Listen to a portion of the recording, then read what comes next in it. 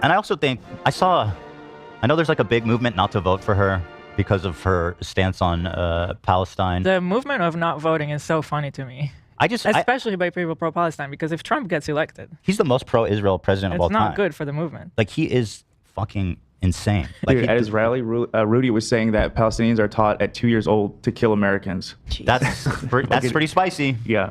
Do we have that one? mean, Like, Put that Kamala, under the other one. I could add it.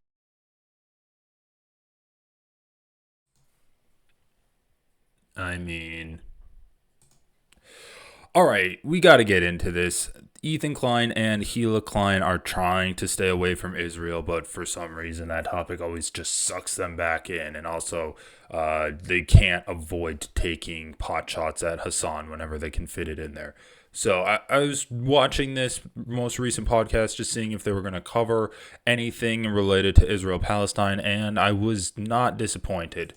They keep trying to avoid it, but they keep getting sucked back in. And that part was kind of gross.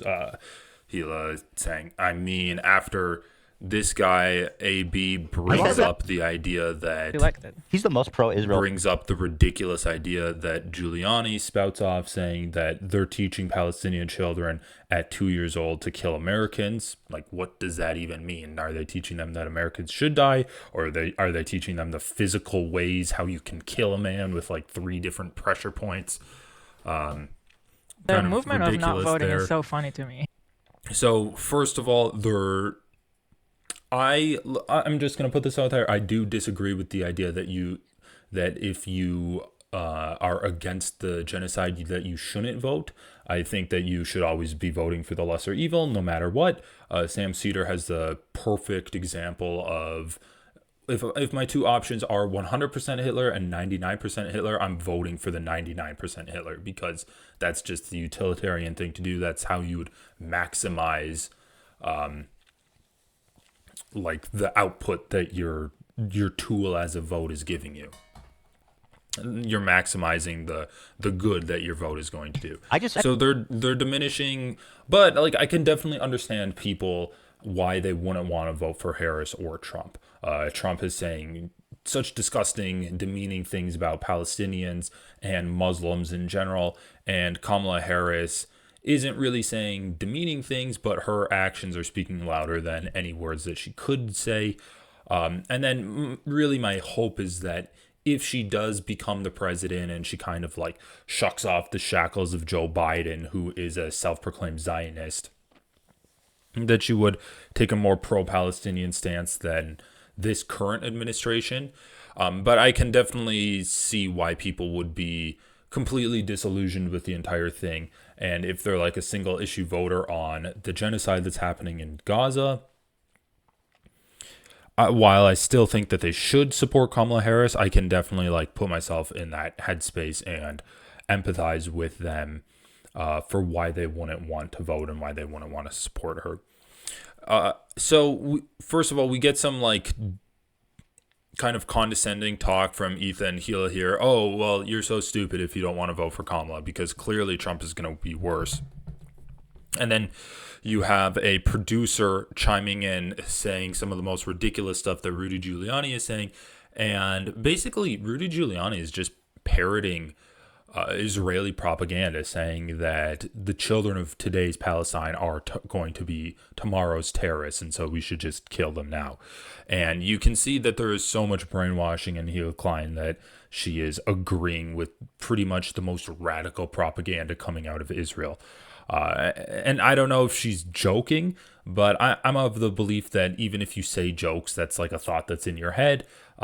Clearly with like Tony Hinchcliffe, where he just like they cover Tony Hinchcliffe in here. I'm not going to go over their coverage of it, but I think it's a pretty fair thing to say. Like the things you're thinking of is going to be the material that comes out in your stand-up comedy. And even if you're making offhanded jokes like what Hila just did, where she's like, oh, well, I mean, doesn't he have a point? And then if you say, oh, well, I was just joking. Okay, but that's still like an idea that you've been at least sampling, right? It's like you've been bouncing around in your head like a rock in a rock grinder getting polished. And maybe you're not going to like present it outright to people, but it's something that's you've been ruminating on, or at least have grown up, surrounded by, and like that's not a thought that I would ever have, right? Oh well, a 2-year-old kid, like a terrorist baby. That's literally like how people joke about Israeli propaganda. But if you've grown up in it, it doesn't seem like so much of a joke to you. And then if it slips out like that, maybe you can like fall back and say that it was a joke. But I think it's pretty clear that that's at least that's an idea that she has engaged with in the past. So let's just run that part back one more time. She's very far from a Marxist. Wait a minute, I'm talking now, if you don't mind, please. And I also think I know there's like a big movement not to vote for her because of her stance on Palestine. The movement of not voting is so funny to me. Especially by people pro-Palestine. Okay, so Hila says it's funny to her. For me, it's the exact opposite. I think it's like an extremely sad and depressing situation. How there are so many people that feel so strongly about a specific issue, and it seems like it should be the most obvious non-thinking issue that a politician could come up with, that genocide is bad, and yet both of our politicians, like both of our choices, come out on the wrong side of this extremely important, extremely obvious issue. So for me, it's the opposite of funny. It's an extremely sad thing that's happening. How there's a huge swath of people that are so disillusioned with American politics that they are just choosing to not vote, even though that's literally the worst thing you can do.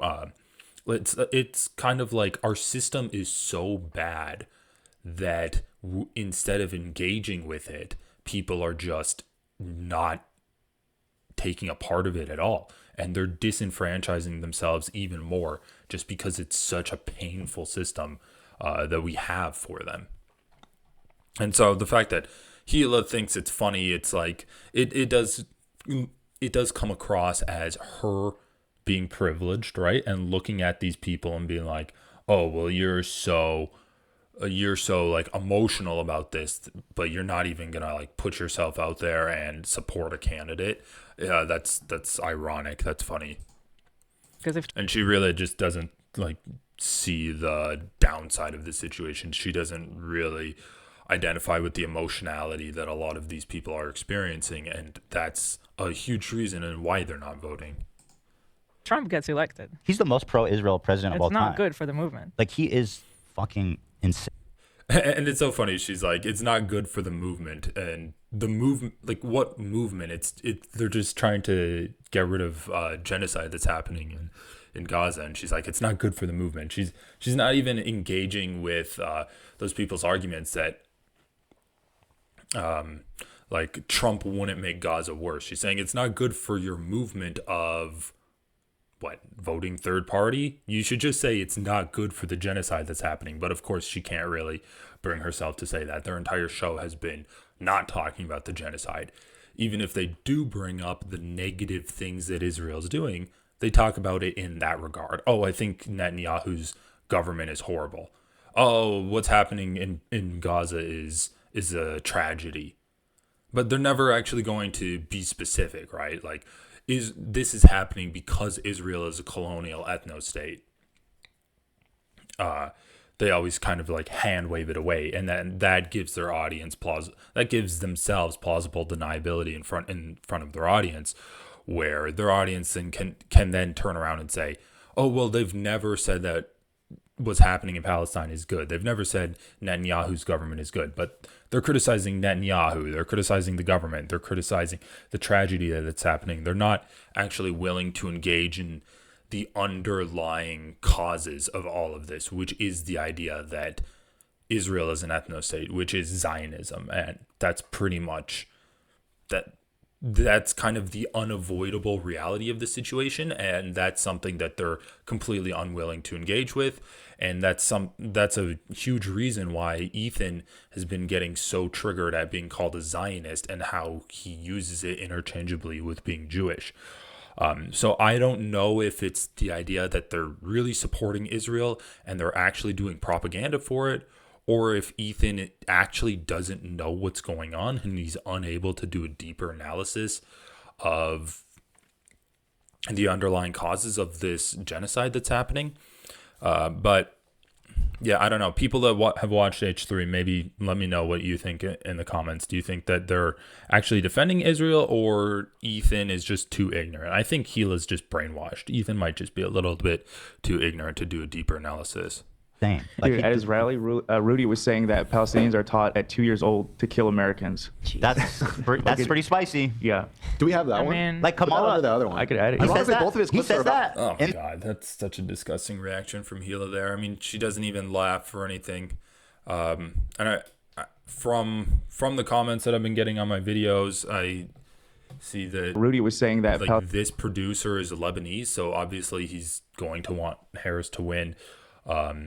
If Trump wins, like the southern part of Lebanon is going to be annexed by Israel, and I'm sure this guy AB is going to lose a lot of family members if he has family members in Lebanon, and so he's trying to offer like a bit of levity, saying that Rudy Giuliani is being so ridiculous, and then you get such like a disheartening, kind of frankly disgusting reaction from Gila here, going like, I mean, baby terrorists, they are a thing. Do you know how small those kids can get? They can like get anywhere. You open up the pantry, there's a Palestinian baby terrorist in there with a bomb. They're just gonna. It's so ridiculous that I have to laugh, but it's like it's not a funny thing. It could be because people actually believe that, and that's why you get this reaction. You like Israelis, genocidal Israelis actually do believe in baby terrorists. So I don't know. I don't know whether I should laugh or take it seriously. Palestinians are taught at 2 years old to kill Americans. That's pretty spicy. Yeah. Do we have that I one? mean, Like Kamala. I mean, you can see that AB's laughing, and then you get kind of like the middle reaction with Ethan, where he's like, that's pretty spicy, but he doesn't realize that that's something that Israelis actually believe. And then you get the complete opposite reaction with Hilo, where she's like, he might be onto something. And even if she doesn't believe that, why the fuck would you joke about that? Oh, yeah, he might be onto something. Like Hasan will joke about Israelis complaining about baby terrorists, and he's basically mocking them, right?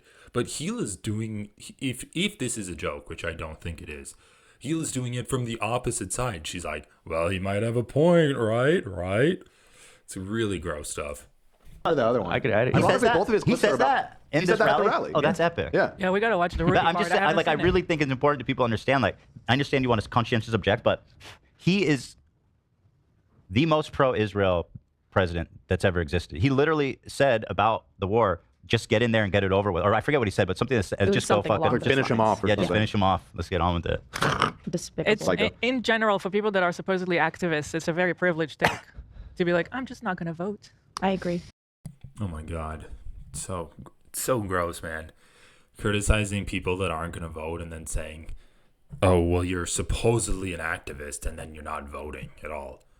No, first of all, I mean, voting doesn't do that much in America. I'm sorry. You should definitely vote. But compared to other democracies, we're not really a democracy. Our vote does not count for much. We have a winner-take-all system that goes state by state. And so basically this entire country is gerrymandered. And really, your vote only matters if you're living in a certain number of swing states. So saying you're not going to vote, I mean, it depends where you live, first of all. Second of all, saying that it's a privileged position to not vote, sure it is, but why are you...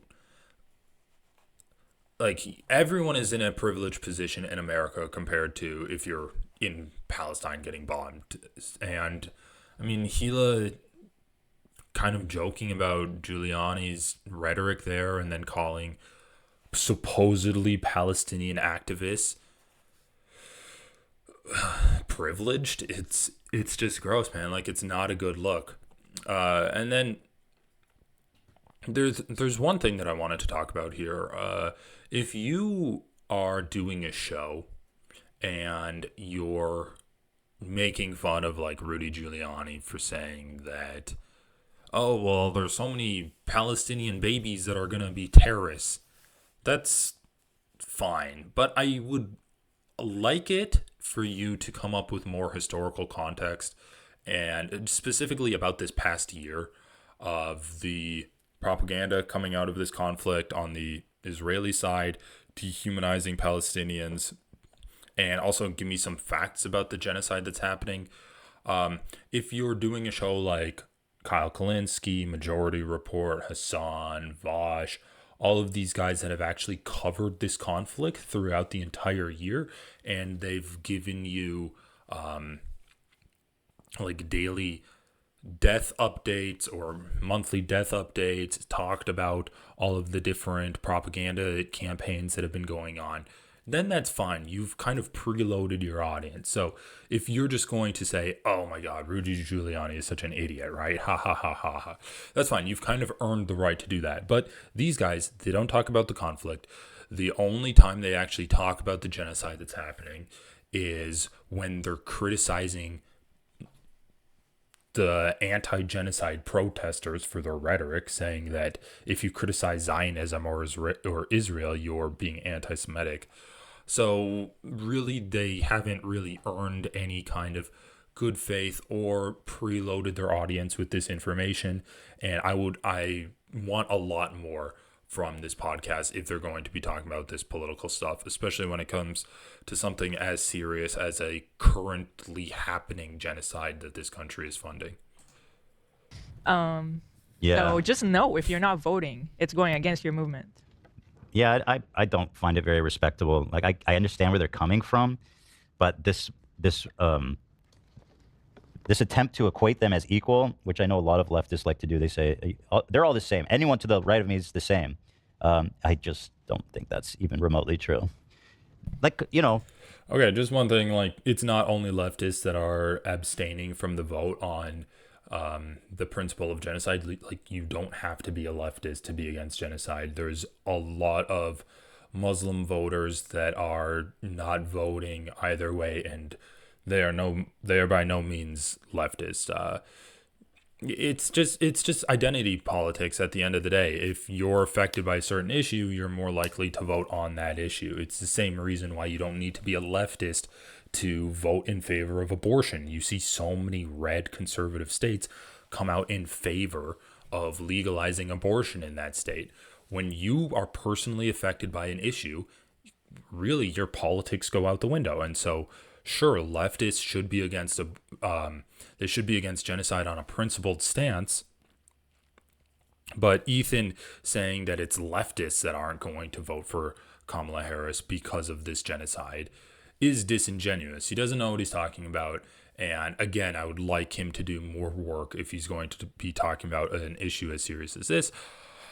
And while I do appreciate him putting the juxtaposition between Trump and Kamala Harris on this specific issue, because I do agree with him here. Trump has consistently said that, as bad as Kamala Harris is, I'm going to be much, much worse. I think he could really leave it alone at that and stop. He doesn't really need to have that personal attack on these people that are just trying to stop a genocide, right?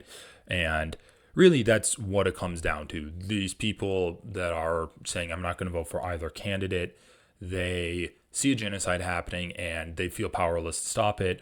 What kind of power can they give themselves? Well, maybe they can grab a little bit of power by not voting. And in the act of not voting, they feel like they're punishing Kamala Harris for supporting this genocide as much as she had. And while that is unreasonable and it's not a logical position to take, I can kind of understand the psychology behind that. But I mean, again, it's like producer good, Ethan Klein meh to bad, and then Gila just horrible. And she's like, oh, well, it's not going to help your movement. I think it's so silly if you don't vote. Just have a little bit of empathy when it comes to genocide at the very least. So get out there and vote. It's Kamala or death. not to over exaggerate the importance, but it's Kamala or death. Get out there. We got Ethan. No. Ethan? No. You're not gonna get to me. Ethan? You're not gonna get to me. Please stand up. I'm not No. You get so many people in New York to go to this thing. Yeah, me too. There it is. Rudy Giuliani made inflammatory remarks about Palestinians. Oh, boy. Let's hear it, Rudy. They want to kill us, and the Palestinians are taught to kill us at 2 years old. 2 years old. It's like a rally cry. So good. Hey, who? He 2 goes, years old. I like how he's just like, and the Democrats are all trans, and they're coming to kill you in your sleep.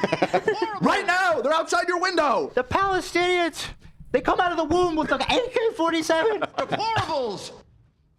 It's unbelievable. This is what, I'm telling you, dude. You don't see Democrats saying this kind of shit. This is fucking crazy. Well, whatever. I'm not going to speak for all Democrats, but you certainly don't see Kamala representing this. No, she's not. She's nothing like this. Yeah, go ahead, Hila. Rudy is the penguin. So funny. He absolutely It is. just really is. It really, really is. He should do that for Halloween. Rudy or the penguin? Rudy as the penguin? They should do a swap. Yeah, that'd be nice. They won't let a Palestinian in Jordan. They won't let a Palestinian in Egypt. And Harris wants to bring them to you. That's hold on. These 2-year-olds. I don't recall. These 2-year-old killers. She's importing 2-year-old terrorists from Palestine. Can you believe it? Oh, God. Wait, is that a thing though? She's not. I don't remember her proposing bringing. It's never. None of it is anything at all. It's just crazy. He could just say anything. It's like epic. say whatever. It's fucking epic. They may have good people. I'm sorry I don't take a risk with people that are taught to kill Americans at 2. That's I'm on the two side of stories. Israel. There you go, guys. If you're thinking of voting for Trump or withholding your vote, because I mean, look at this, man. This is fucking nuts. These people are insane, and believe them I'm telling you, if Trump wins, Israel is going to go fucking bananas, and the U.S. military is going to come right along with them. Let's just manifest that he's not going to win. It's So again, I do appreciate Ethan kind of juxtaposing Kamala Harris with Donald Trump in this regard and the difference in the rhetoric. And I think that it's the correct tact to take to just completely deride Rudy Giuliani for this. He's saying ridiculous things, and it's kind of the correct rhetoric to meet that ridiculousness with just derision and making fun of him, laughing at him. However, just in the context of kind of the larger last couple of weeks with Ethan and the whole Israel-Palestine stuff that he's been covering, I would like him to do more on this, and I think this would be kind of a perfect opportunity for Ethan to expand upon the idea of Zionism versus Judaism, how you get discussing people like Rudy Giuliani and Donald Trump who are self-proclaimed Zionists. They are effective Zionists in terms of, we're going to let Israel do whatever they want. Donald Trump was the most pro-Israeli president, at least in this past century, in the 21st century. And yeah, you can talk about how, well, Rudy Giuliani has said some suspect things about Jewish people in the past. I think he made fun of their genitalia at some point. And yet he's still like pro-Israel. So he's a Zionist. There's a difference between Semitism and Zionism. There's a difference between being anti-Semitic and being anti-Zionist. And just, yeah, in a little bit of, in the context of Ethan's last couple of weeks, I would like him to do more rather than just laughing at people that are not voting for Kamala Harris because of the idea that Trump is going to be worse. So why would you not vote for Kamala Harris if Trump's going to be so worse? Like, you're so dumb. All right, and then let's talk about this. But we can always remember or pretend. Well, actually, so there is Hulk Hogan moving the needle for the Trumpies. Elon, of course, was there. So I think David Pakman's another good example of this. If you just search Israel on David Pakman's show, he does have a few videos being critical of Israel due to the more atrocious stuff that Israel has done. So Israel admits it's bombed a refugee camp. Israel's security leak after the Hamas attack was scrutinized. The issue with David Pakman also is that he never really brings up the negatives that Israel's doing on his own, just on the most egregious, most popular things that Israel's done, where he's kind of forced to cover it. And I think this is kind of the same thing with Ethan Klein here, where Ethan Klein never brings it up, but he will talk about how ridiculous people are, and how the attack against Israel has caused him to personally experience more anti-Semitism. And I think this is just kind of an interesting scope of the show without analyzing each individually to think them through. I am aware that over the last 10 days, there was a video floating around purporting to show drone strikes on random Palestinian civilians. And that was the initial narrative. I read up a little bit about it. One of the things that seems to be very clear is that this is so crazy to think about it this way, but the idea that Israel would take the time and incur the cost to randomly target 4 civilians just walking down the road doesn't comport with anything we know about how the Israeli military operates. You can say a lot of things about the Israeli military, including that they don't have enough concern for civilian casualties, that they carry out operations in locations where any reasonable person will expect that civilians are going to be killed. You can, and I share a lot of those criticisms. I struggle to think that they are going to, quite frankly, waste ordnance on 4 random civilians walking down a road. And also some of the claims made about that video, like that the video was recovered. I think someone said it was recovered from fallen drones. Apparently the unencrypted videos like that aren't even stored in the drones. You know, so I guess my point here is, with each, you mentioned 4 things just like in passing. Every single one of those, if we really want to understand it and study it, we probably need a couple hours to dissect each one. So I would just say, Mr. Mosley, do what you can to really get to primary sources on a... Yeah, so again, it's just kind of similar to Ethan, where he's, instead of criticizing Israel, he's more criticizing the rhetoric that's going against Israel here. And so you do leave yourself with a bit of deniability, plausible deniability, where you are saying, oh, well, yeah, I criticize Israel, I'm against Israel, but then whenever you look into it, you just kind of hand wave, oh, yeah, Israel's done some bad stuff. But then a lot of the times when you're actually talking about it and covering it, you are more engaged with how Israel's not getting a fair shake. And that's kind of what Ethan's doing too, talking about how, like, oh, Frogan doesn't understand Israeli culture at all. Saying that Israeli culture is made... I don't even know what he's talking about with, like, the whole hummus gate, but... and then Ethan brings on this woman who, I don't know who she is. Is she a friend of Ethan's? But anyway, she has some interesting things. She has an interesting story. She's a refugee from Ukraine. And he brings her on. You're not curious to see what happens? No, not at all. Okay. The plot is kind of interesting here. The next one's going to be hard for you, but leading into the next one, it'll be worth it. There's literally barely a plot to follow, I feel like. Talking about this is Twilight. Galia. She's visiting us from Canada. We've been working with her for a while on... Okay, so I guess she's a producer. On both companies, actually. She's amazing. She's full-time over at Teddy Fresh right now. But she is she's helping us all the time over here for a while. She's a Ukrainian refugee. Yeah. Yeah, that's me. I'm a Ukrainian refugee.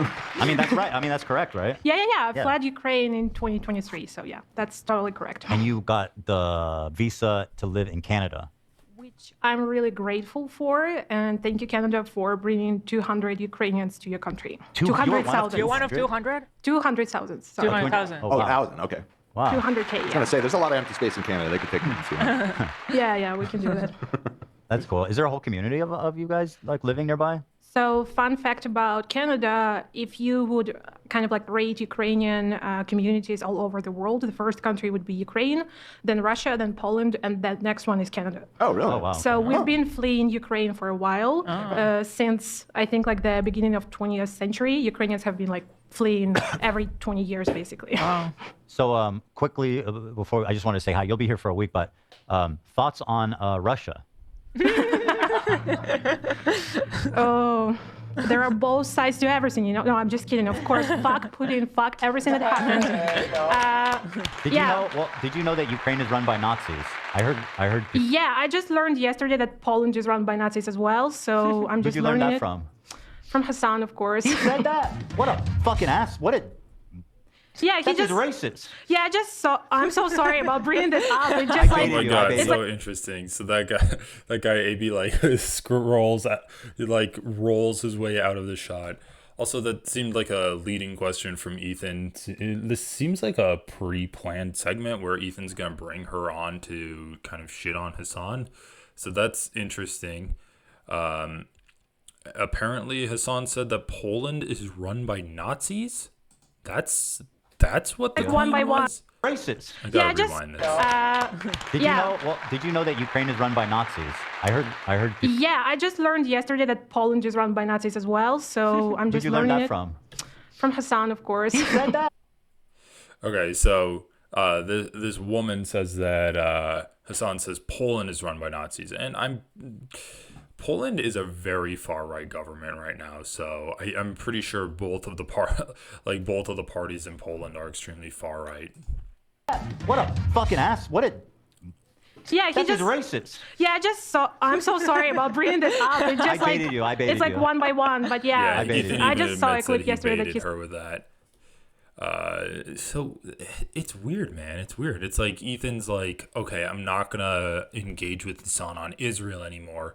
So I'm going to bring up all of these other things that somehow he has issues with. And I know a lot of people have been criticizing Ethan of kind of scrubbing through Destiny's subreddit and getting talking points from that community, which makes a lot of sense because I don't think Ethan has enough time to be watching Hasan streams 24/7, and that seems like a really niche thing that Hasan would have said where, it almost sounds like an offhanded comment, right? Oh, Poland is run by Nazis. It's like you see an article on NPR or something where Poland has far-right government. Poland has two far-right parties competing against each other, and then you say later on your stream, Poland is run by Nazis.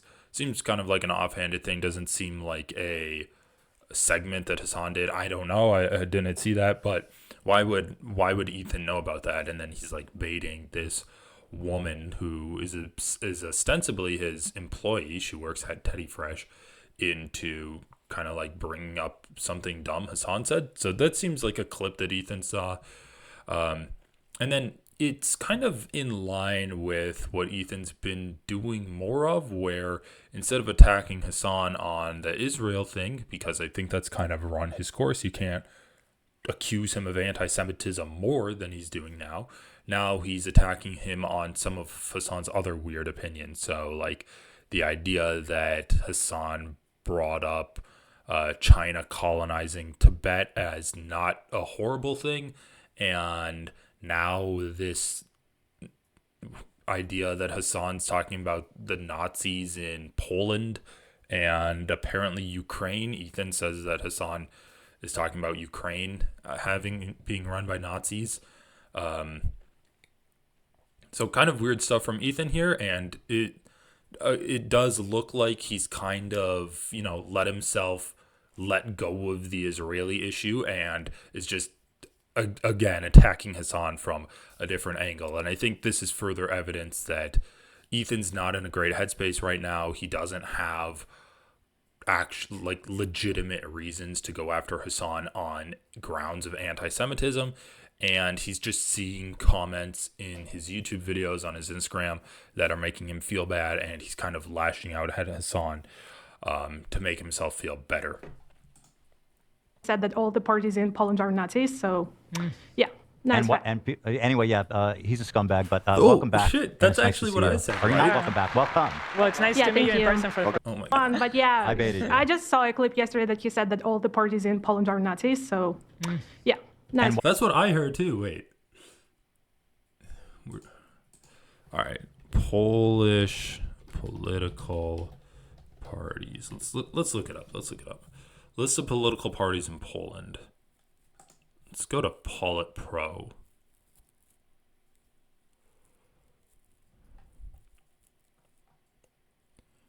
conservative piss.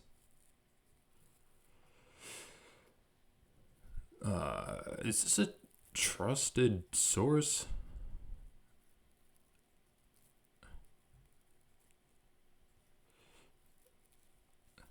Left Party represented in Parliament with 26 seats, 194 MPs. So this is right wing. ZP PSL is 65 MPs. This is a progressive movement. So we have progressive movement with 65, then a leftist movement with 26. So that's like 91, and then 194. And then another right-wing party, the Con Party, 18 MPs. And then these don't really have any seats. Okay, so according to this, Poland is extremely conservative. I want to just find something recent. All right, let's take a look at Politico. Poland's opposition parties reached coalition agreement. The three parties in the coalition pledged to prioritize security and work to restore the rule of law. Poland's three largest opposition parties signed a coalition. The three parties in the coalition agreement are Civic Coalition, led by Donald Tusk, the Third Way itself, and the Polish People's Party, and the Left. According to the text of the agreement, the coalition... Are they going to describe the parties? Either way, it seems like there are some left-wing groups in Poland, but according to that one article we looked at, there's a vast majority which is conservative.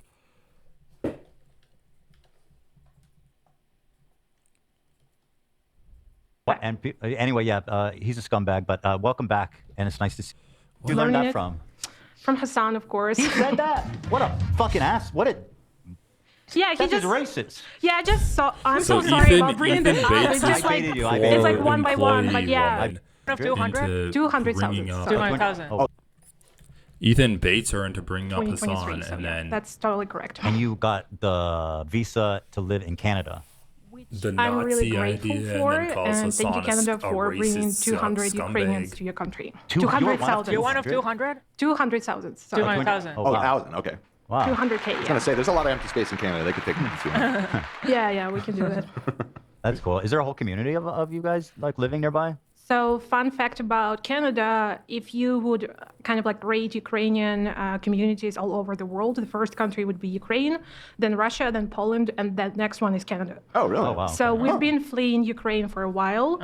Since I think like the beginning of 20th century, Ukrainians have been like fleeing every 20 years, basically.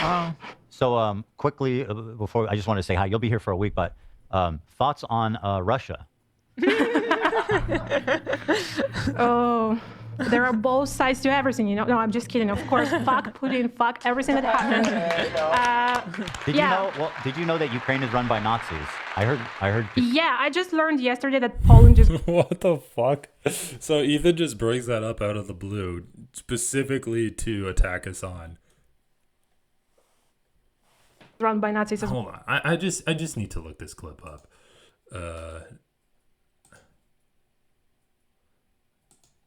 Let's see. Hasan, Poland, or let's see if there's a recent clip.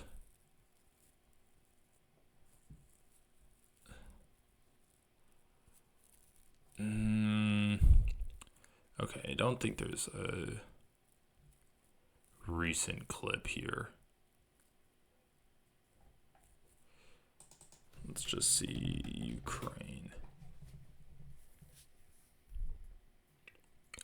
Okay, so I guess it's not like straight off of the subreddit, but that'd be pretty funny. I don't know where Ethan's getting this, but well, so I'm just learning it from Hasan, of course. He said that? What a fucking ass! What a Yeah, he just racist. Yeah, I just saw. I'm so sorry about bringing this up. It's just I baited you. It's like one by one, but yeah. I baited you. I just saw a clip yesterday that he said that all the parties in Poland are Nazis. So, yeah, Anyway, he's a scumbag, but welcome back, and it's nice to see you. Well, welcome back. Welcome. Well, it's nice to meet you. Welcome of the politicians. Yeah, welcome once. I was going to ask you, what do you think about Hasan's view on the Russia-Ukrainian war?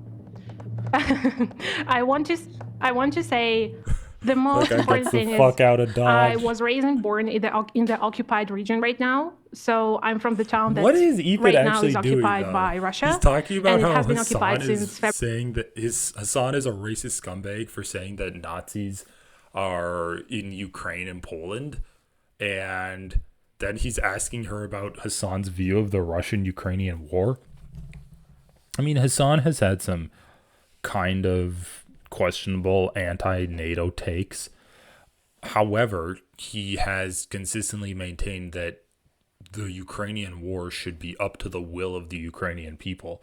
And his main criticism of the war is that he feels like America is kind of forcing Ukraine to be in war against Russia. And that if we kind of got rid of America, maybe the Ukrainians would want to come to a peaceful resolution to the conflict, and it could be over by now. I tend to disagree with that, because I think that the only resolution Ukrainians would like is kind of to kick Russia out of their country and go back to the borders pre-war. And I think I haven't really seen any evidence that America is pushing the Ukrainians to maintain this conflict any more than the Ukrainians want to. And I think that this is actually a pretty just use of America's military might, sending military equipment to an ally in order to fight against a colonial power. I think that's kind of the most just cause that America can participate in right now. February 24th, and my family had to flee that occupied city, and they had to live under occupation for 6 months. So what do you think, guys? Leave your stance in the comments. I don't know. They're of course, this is the worst part. Whenever I hear any discourse about Ukraine or Russia, and people are starting bringing up some points, just as you were showing people today from the stand-up guy that he was doing, we're just funding it, it's a soccer game, or whatever. Everyone has a really weird stance on it, and if you have any other stance that why Ukraine is wrong in that sense, please DM me and say why Ukraine is wrong. Besides that, occupying Crimea is completely justifiable, and I'm really angry whenever I talk about Ukraine, but obviously 100% pro-Ukraine.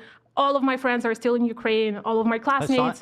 Hasan told me that there's a ton of people in Ukraine that want to be with Russia, and that's why. Oh yeah, fun fact. I was born and raised in Russian-speaking region, but language that you were born with doesn't determine your nationality, and that works for all the countries, just like it works for Canada.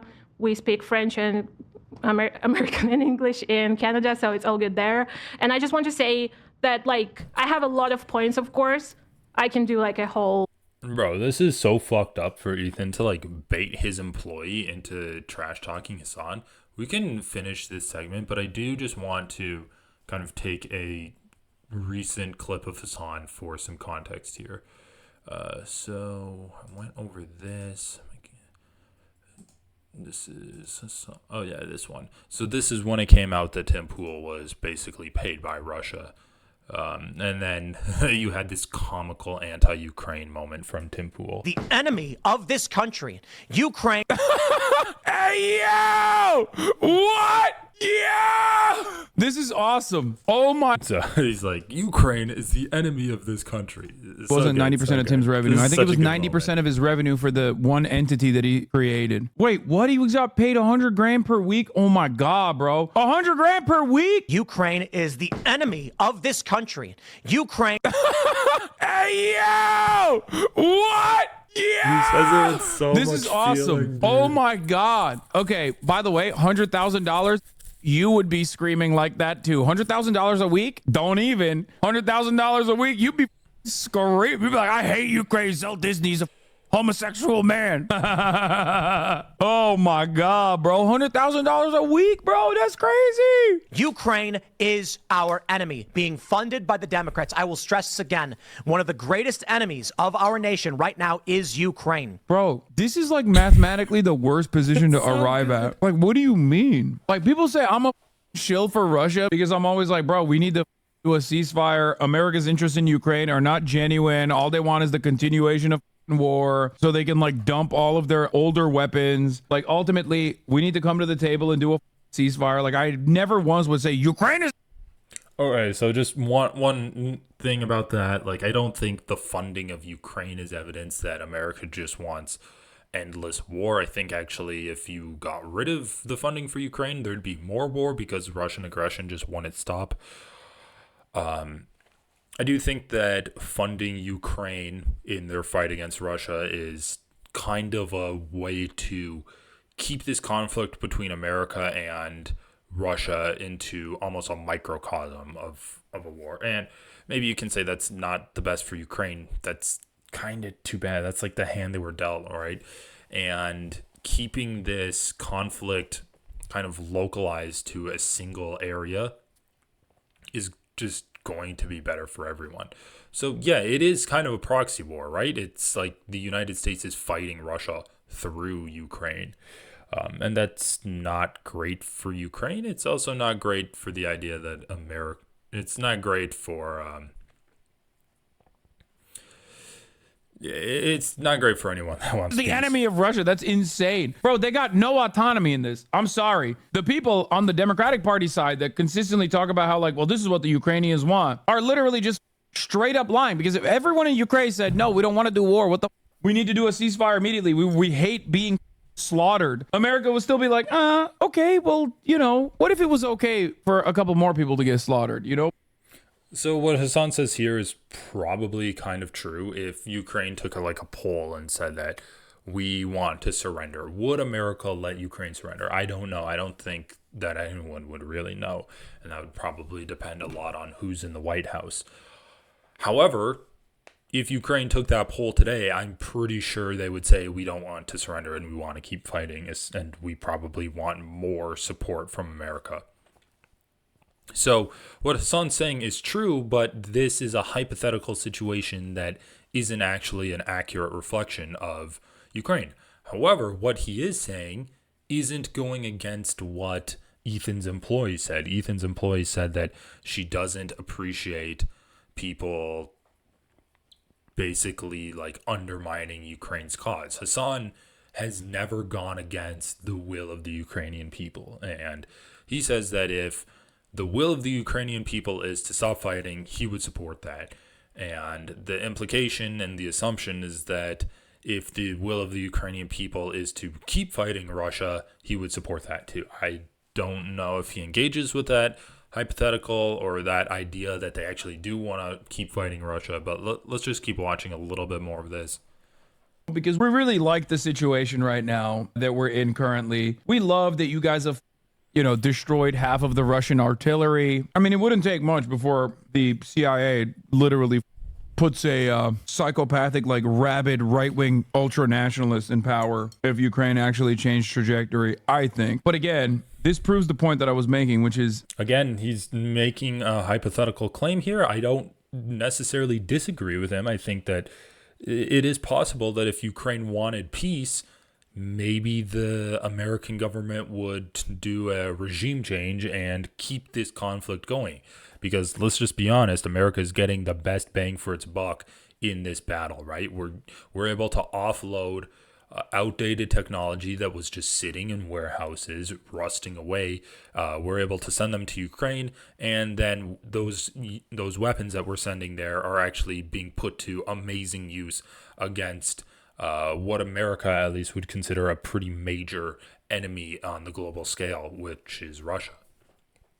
So it's not inconceivable that if the population of Ukraine was like, you know what, we kicked Russia out enough, we took over a little bit of land, we lost some other land, but we're fine with it, we want peace now. First of all, we don't know if Putin would accept that peace, but let's say that both sides wanted peace. Is it conceivable that the United States would pull some shenanigans behind the scenes to keep this conflict going? Possibly. We just don't know. And even though that may be a conceivable plan, Hasan is still like criticizing that and still supporting the people. Giving Tim Pool money to be pro anything is such an L for whatever your cause is, dude. I love that. Criminal elements of the U.S. government pushing them and guiding them and telling them what to do. Ukraine is now accused. Anyway, again, like the only criticism you can say that Hasan has ever levied against Ukraine is him assuming that potentially the Ukrainian people want to sue for peace and that the United States should let them have that autonomy. We don't really have any evidence that the United States isn't letting them have that autonomy and that they are trying to sue for peace. Pretty much everything I've seen has been, yeah, we appreciate the support of the U.S. We want more support, and we want to get Russia the fuck out of our country's borders. And nothing Hasan has said has undermined this. PowerPoint presentation gone wrong about it, but yeah, And look, then even the idea that Hasan said, oh, well, a lot of people want to be part of Russia, that Ethan brought up, that's not like a great thing to say on its face. But again, it's like talking about the will of the people. Did Hasan bring that up in the context of the idea that maybe Ukraine should, you know, get rid of Western imperial influences on itself, and how maybe Hasan was saying that, oh, well, America is preventing these people from breaking off of Ukraine and joining Russia. While I don't really agree with that, it's still just in favor of like the will of the people. But I think the thing that Hasan is overlooking is that Western influences on basically every part of the globe is inevitable, and we are not really in an isolationist stage right now in this world, and it's more reasonable that Ukraine would want to be part of the United States than it would be wanting to be a part of Russia. So let's just rewind this and then hear what she has to say. PowerPoint presentation gone wrong about it, but yeah, I really want to say that I do not support any of Hasan's point on Ukraine, even though I really love Ukraine, but obviously 100% pro-Ukraine.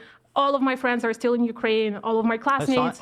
Hasan told me that there's a ton of people in Ukraine that want to be with Russia, and that's why. Oh yeah, fun fact. I was born and raised in Russian-speaking region, pro-Ukraine. All of my friends are still in Ukraine. All of my classmates. Hasan told me that there's a ton of people in Ukraine that want to be with Russia, and that's why. Oh yeah, fun fact. I was born and raised in Russian-speaking region, but language that you were. So Ethan cut out there, but he said that Hasan told me that there's a ton of Russian-speaking people in Ukraine that want to be a part of Russia. And then I couldn't really hear what he said, but it sounded like, and that's why they invaded. I mean, I think that might have been an excuse that Russia gave. Obviously, that's no reason to invade or annex a country. And the fact that Ethan's bringing it up is kind of ignoring Hasan's more broader points, where the people of Ukraine should have self-autonomy. And again, a lot of Hasan's Ukraine takes are kind of reflexively anti-NATO in theme and message. Born with doesn't determine, but language that you were born with doesn't determine your nationality, and that works for all the countries, just like it works for Canada. We speak French and American and English in Canada, so it's all good there. And I just want to say that, like, I have a lot of points, of course. I can do like a whole PowerPoint presentation gone wrong about it, but yeah, I really want to say that I do not support any of Hasan's point on Ukraine, even though I really, really like him as a streamer, and I really, really like his overall democratic stance. With time and with listening to him one day after another. Oh, right now I'm like sounding like a propaganda slut, but no one asked me to do that. I'm so sorry. I'm just like starting to saying that. Yeah, but I was watching him for a while since the war started, and I was fleeing Ukraine. And first I fled to Poland, and I was listening to him every single day. And when something bad was happening in Ukraine, and I would immediately tune into his stream to hear his stance day after day, one comment after another comment, I would just get sadder and sadder about like whatever he's saying. And then I just decided to tune out of it after the Leftovers actually podcast that was happening 1 year ago when everyone. Or did I get you in the divorce? Yeah, you got me in the divorce, basically, yes. Nice. Very good. There's Gallia. Yeah. We'll have more time to talk about all that. Oh my god, dude, that's so fucking awkward. Why is Ethan bringing on this poor employee and making her basically trash talk Hasan? So what were her points there? Well, she said, I don't agree with any of Hasan's points about Ukraine, and he was kind of making me sad. And I can definitely agree. I can empathize with where she's coming from, because Hasan has never really been so gung-ho in this battle or this war that Ukraine is not waging against Russia, but, defending itself. And when you are a refugee from a country, you definitely want to hear your favorite political commentator talking positive about the conflict that your country's in, and like especially from the side of your country. You don't want to be just hearing someone like Hasan talking about how dumb the war is, how this war is only happening because of NATO. So but once again, this is more of a issue that Hasan has with NATO rather than Hasan saying that Ukraine should become a part of Russia. Hasan does have a blind spot when it comes to NATO, though, because essentially, let's say we got rid of NATO, we would be in the exact same position. NATO is just a name that we give as a representation of the intent of Western countries. So mainly like United States, right? Like it's kind of a name that we give United States foreign policy when it comes to Europe. And if we got rid of NATO, we'd still have that foreign policy intent from the United States. So I don't think it would really change anything. And the fact that Hasan is railing against it so much, I do think that his kind of like anger and his rhetoric in this scenario is misplaced. But the fact that Ethan's kind of causing his employee to bring it up and then trash talk Hasan while Ethan calls Hasan racist and a scumbag, and bringing up like years old episodes of the H3 or the Leftovers podcast that he did with Hasan, it kind of just all contributes to the idea that Ethan is lashing out at Hasan for nothing really in particular. He's starting with his conclusion that Hasan is bad, and then he's working backwards from there, trying to find evidence, going back years long, even bringing on this person that wasn't even planned to be a part of the show, and he brought her on last minute to kind of specifically bring up Hasan's take about Poland and then the Ukraine war, and then trash talk him. And also, Ethan... really weird stuff from Ethan, not even bring up Hasan talking about like Ukraine should sue for peace with Russia, but talking about how one time Hasan made a comment about how there's Russian speakers in Ukraine, and thus Russia should be able to annex that area of Ukraine. Weird stuff there. Yeah, so that's kind of it. I'm not gonna cover too much more of that. Just a few H3 subreddit posts of people kind of going crazy about Hasan. Hasan making a joke about how Hasidic ultra-Orthodox Jews in Israel are ironically getting drafted because they were kind of the most Zionistic, and yet they had religious exemptions from the war. And then it's just never ending, man. And the more Ethan brings this stuff up, the more negatively people are going to view Hasan, and by extension other leftist creators. Like, it's not just Hasan that's getting in Ethan's crosshairs, it's Emma Vigeland, it's all leftists in Ethan's opinion, how he will continuously criticize leftists, and Ethan just kind of will lump anyone that he thinks has extreme views into that group. So I really hope that Ethan stops. He's been like posting less unhinged Instagram stories, which is great. But you still have these instances where Ethan can't really help himself, and he has his staff kind of used as props in his kind of unhinged tirade against Hasan. And I don't know. It's interesting. I think the H3 podcast could be really good if Ethan puts a little bit more effort into covering politics. But when you get these very extremely narrow snapshots from him, and then he's shitting on people that are basically anti-genocide. He's shitting on the people that are saying they're not going to vote for Harris. He's shitting on Hasan for something like an offhanded comment he made a year ago. When you have someone, when you have like his wife saying, maybe 2-year-old Palestinians are terrorist babies. You never know. It does kind of all give a very skewed view to his audience of the politics that are happening. He is kind of doing almost the both sides thing where he's saying that, oh, well, these conservatives are crazy.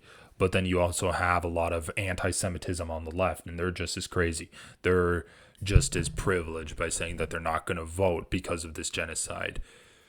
So he is kind of doing a false comparison, in my opinion. And I just think that if you're going to talk about politics, you need to have a little bit more context that you bring your audience and put in a little bit more effort than you would.